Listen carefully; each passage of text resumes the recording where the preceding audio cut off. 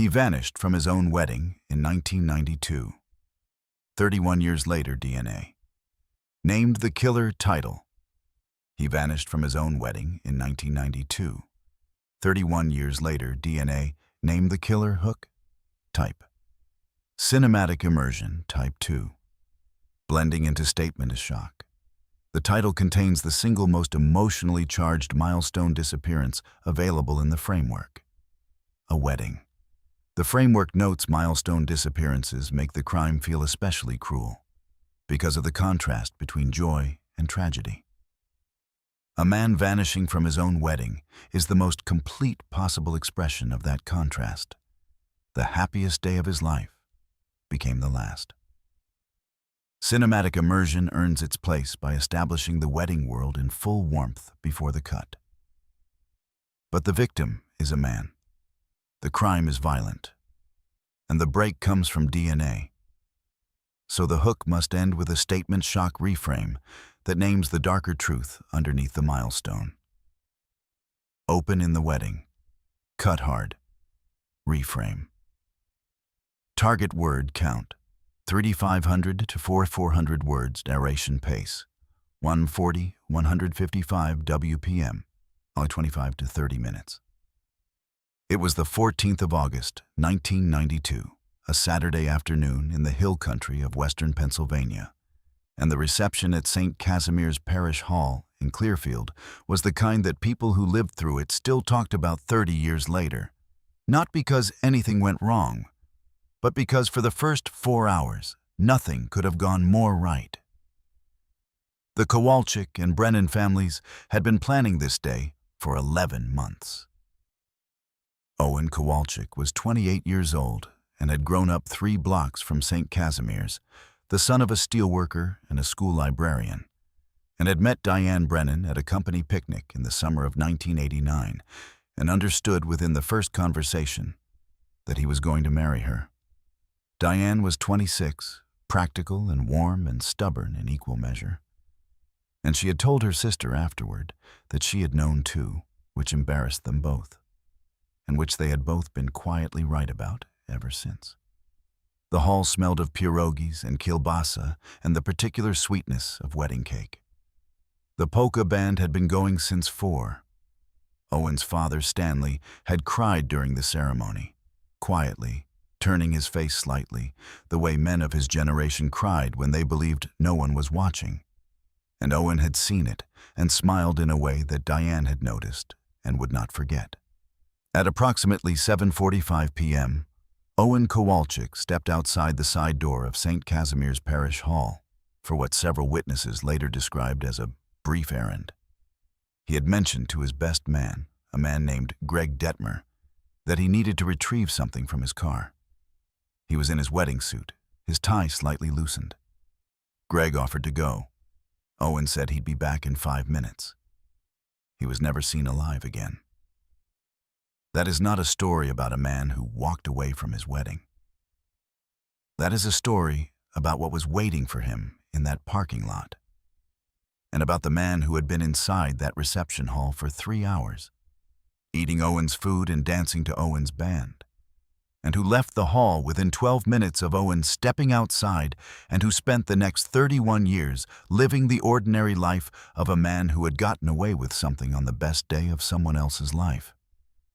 And it would take 31 years, a genealogical DNA database that didn't exist when Owen Kowalczyk died, and a cold case detective who refused to accept that a groom could vanish from his own wedding without someone knowing why, to finally put a name to what happened in that parking lot. But before we get to that name, we have to go back to Clearfield, Pennsylvania, in the summer of 1992.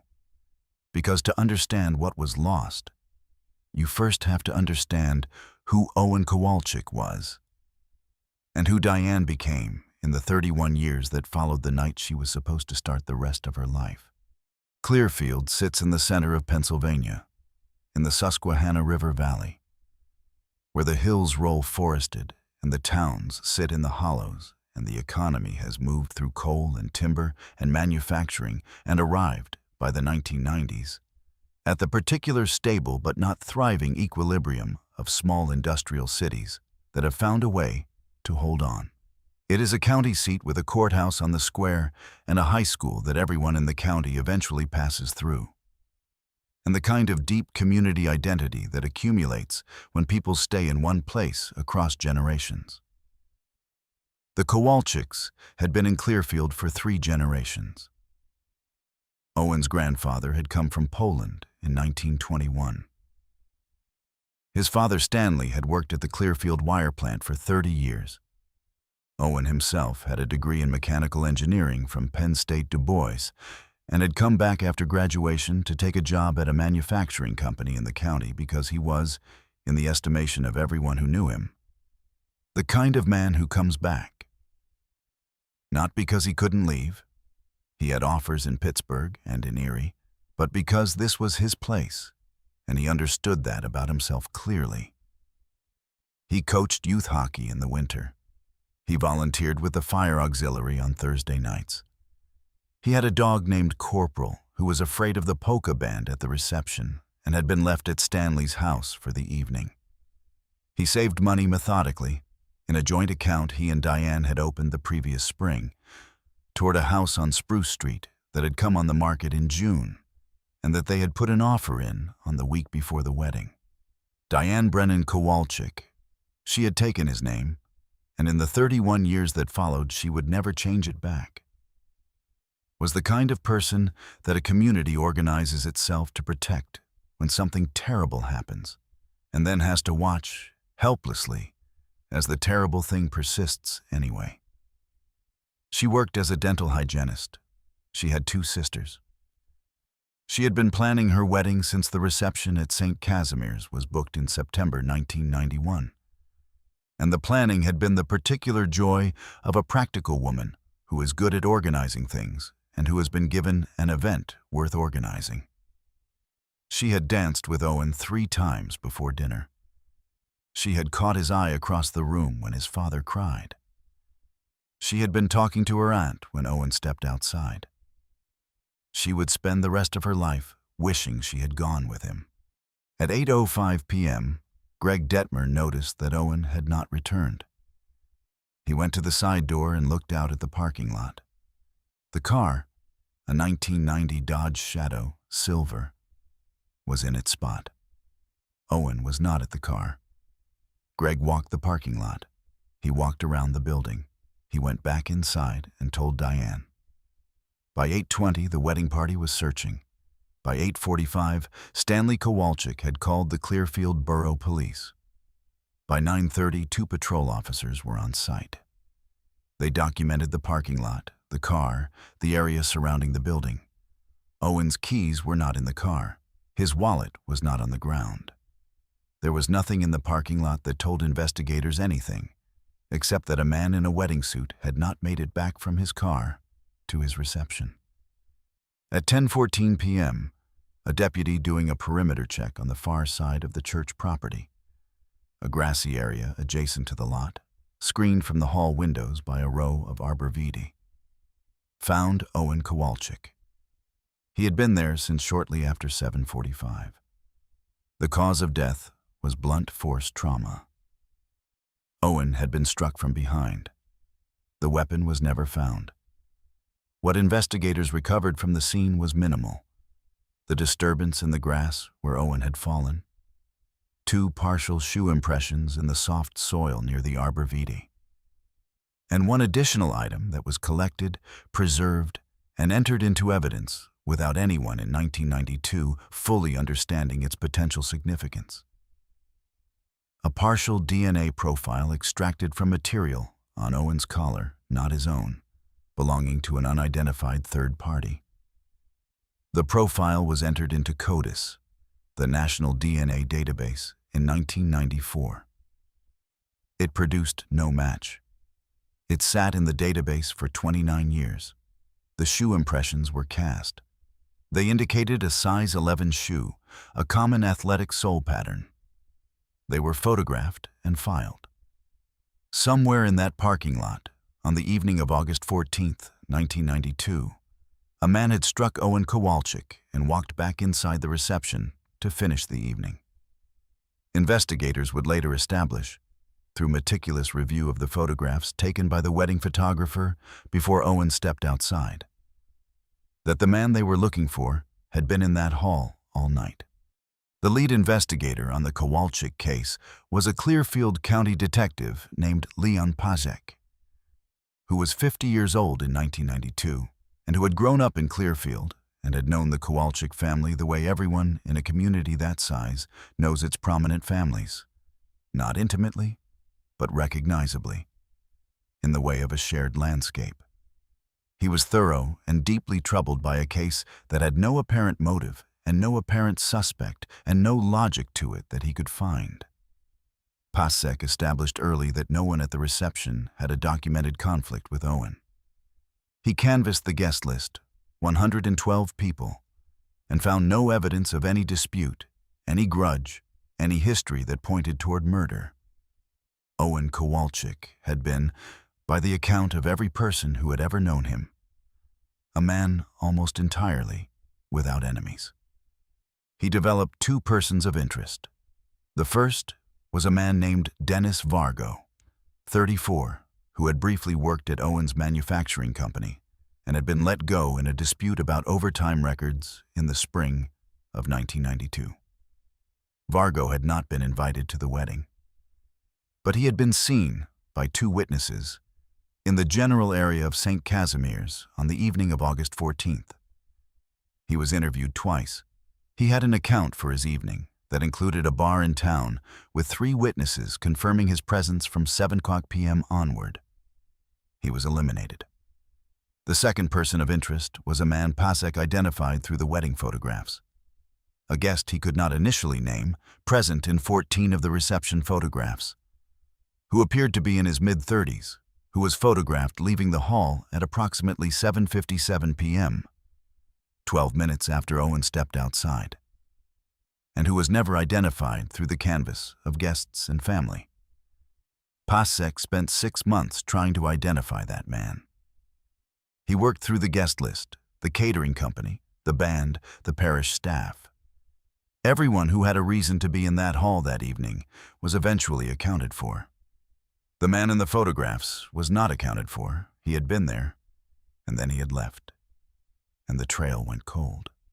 The DNA profile in CODIS produced no match in 1994, no match in 1998, no match in 2002. The shoe casts gathered dust in the evidence room. Leon Pasek retired in 2007. He told his wife that the Kowalczyk case was the one he was taking with him. He meant it. He kept a copy of the wedding photograph, one of the reception photos from 1992, Owen in his wedding suit, laughing at something across the room, in the folder he maintained at home until he died in 2019. He did not live to see the answer. Diane Kowalczyk never left Clearfield. She had the offer on the Spruce Street house withdrawn after Owen died. She moved back to her parents' home for a year, then into a rental, then eventually into a modest house on Chestnut Street where she still lived in 2023. She had not remarried. She had kept Owen's name and his dog's memory and a box of his things that she had never opened and a determination that had taken many forms over 31 years. She had spoken to journalists. She had attended cold case advocacy conferences. She had called the detective's office every year on the anniversary of August 14th to confirm that the case was still open. It was always still open. It had never moved. By 2005, 13 years had passed. By 2010, 18. By Owen's 57th birthday in 2021, which fell in the same week that the Clearfield County Sheriff's Department quietly launched a cold case review that included his file, 29 years had passed. Greg Detmer, Owen's best man, still lived in Clearfield. He had never forgiven himself for not going to the car. He had been told, by Diane, by his own wife, by counselors, and by time, that there was nothing to forgive. He had believed none of it. He carried it the way you carry the thing that you know is not your fault and cannot stop feeling is your fault anyway, which is the hardest kind of thing to carry. Every case on this channel represents weeks of research, verifying facts, and piecing together lives that deserved better. If you believe that kind of work matters, take a second to like and subscribe and tell us in the comments where in the world you're watching from. We read everyone. Now let's get back to Owen. The cold case review that the Clearfield County Sheriff's Department launched in 2021 was assigned to a detective named Sergeant Mara Hollis, who was 35 years old and who had been in the department for 9 years and who had never worked anything from 1992. She came to the Kowalczyk case without the weight of having already tried and failed, which is sometimes the most valuable thing a fresh investigator brings. She read the file in 2 sittings. She read Pazek's notes on the unidentified man in the wedding photographs.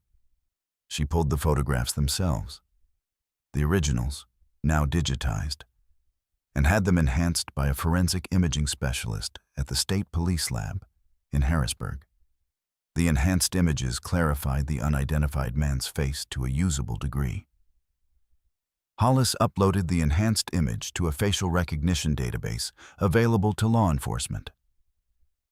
The search returned one candidate with moderate confidence, a man named Robert Emil Dravecki, born 1957, who had lived in Clearfield County from 1988 to 1993 before relocating to Altoona, then to Pittsburgh, then to a suburb of Columbus, Ohio, where he had been living since 2004. He was 65 years old.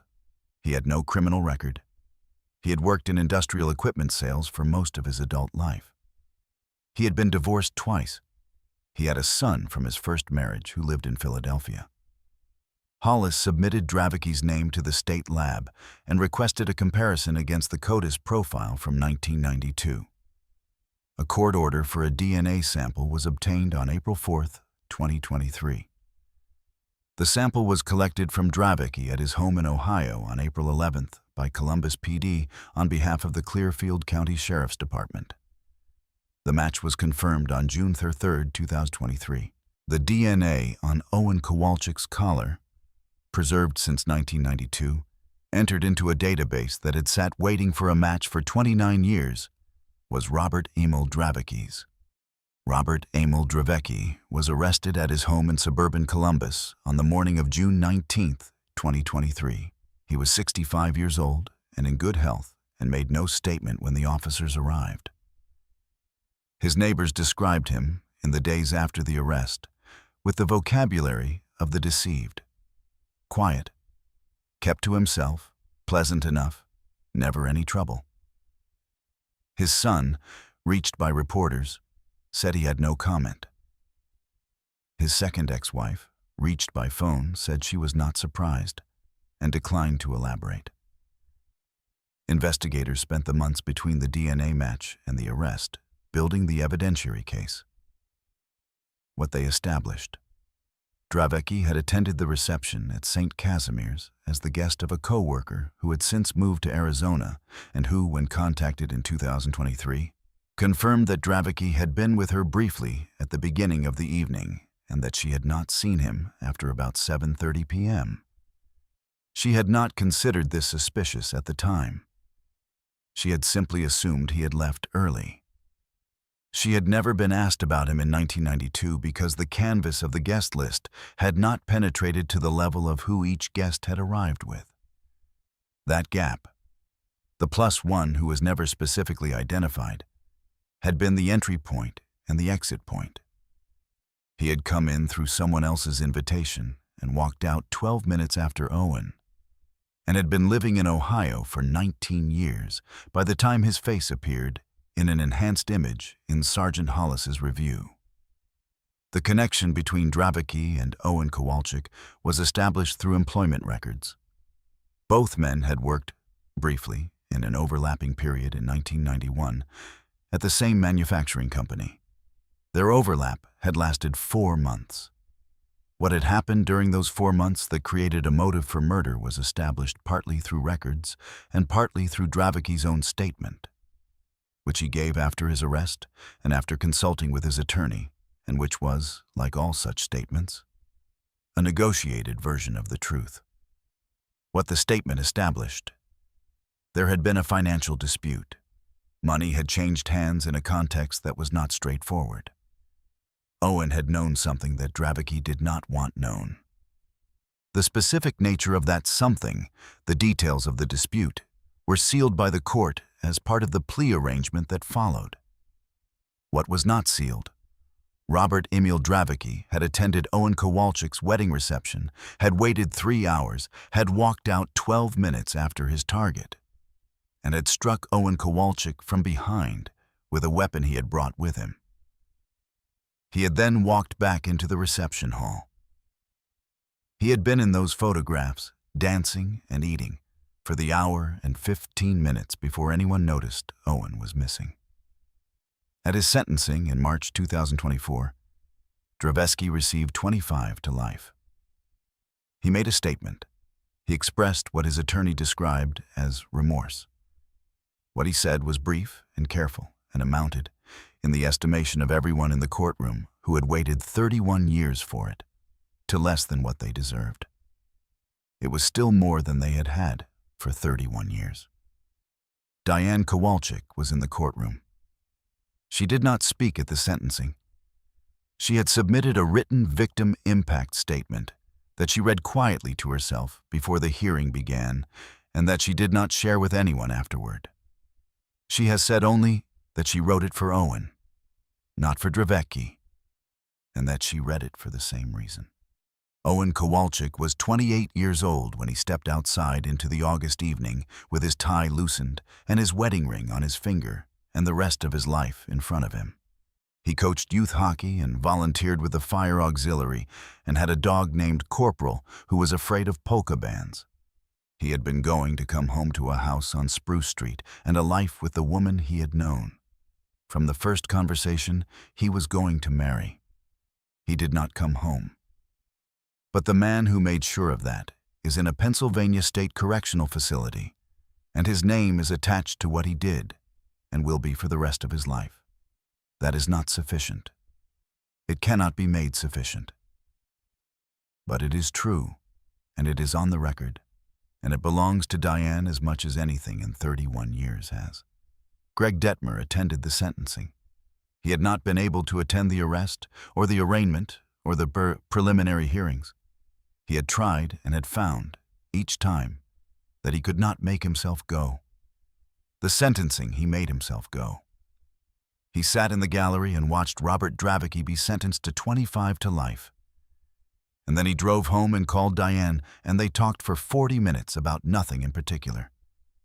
About the weather, about her sister, about Corporal, who had died in 1999 at a very old age, and who had been, she had always believed, a genuinely good dog. Leon Pasek had identified the right man in 1992. He had called him the man in the photographs.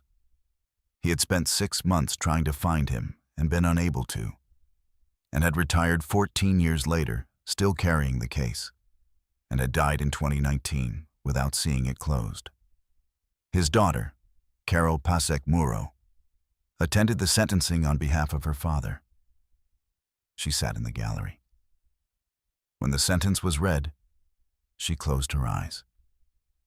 There are crimes that depend on proximity, on the assumption that a killer would never be inside the room with his victim's family and friends for 3 hours, eating and dancing, before and after. Robert Dravecky made that assumption, and it almost held. It held for 31 years, through a DNA database with no match and a canvas that missed the +1 and a city that had simply gotten on with things because cities do. And grieving is private. And a man with no criminal record can move to Ohio and sell industrial equipment and be pleasant to his neighbors for 30 years. What broke it was not a confession. It was not a deathbed call. It was not an ancestry database discovered by a family member. It was a fresh detective, a digitized photograph, a facial recognition search, and a DNA sample that had been waiting in CODIS since 1994 for a name to match. The name is now on the record. Owen Kowalczyk's name is on the record beside it. The wedding photograph that Leon Pasek kept in his folder is still in his daughter's possession. Owen is laughing at something across the room. He does not know what is waiting for him in the parking lot. He deserved to find out what it felt like to live in that house on Spruce Street. He deserved every Tuesday with Diane, and every Thursday with the fire auxiliary, and every winter season coaching hockey, and every ordinary year that was taken from him in the August dark outside a parish hall where his wedding was still going on. Justice found Owen Kowalczyk after 31 years. It arrived in a courtroom in Pennsylvania and in a guilty plea from the man who had danced at his wedding and then waited for him in the dark. If you believe truth is worth pursuing no matter how long it takes, subscribe so you don't miss the next case. More solved stories are waiting in the description below. Thank you for watching. Robert Dravicki spent 3 hours at Owen's wedding reception, eating his food, dancing to his band, before walking outside 12 minutes after Owen and killing him in the parking lot. Does 25 to life feel like justice for that? Or does the specific calculation of what he did inside that hall make the sentence feel like it can never be enough? What detail in this case stayed with you most? Greg Detmer calling Diane after the sentencing and talking about the dog? Or Leon Pasek's daughter closing her eyes when the sentence was read? And what does it mean that a DNA profile collected in 1992 sat in a national database for 29 years, matched to no one, waiting? And that the match came not from a confession or a new witness, but from a photograph finally enhanced well enough to name a face?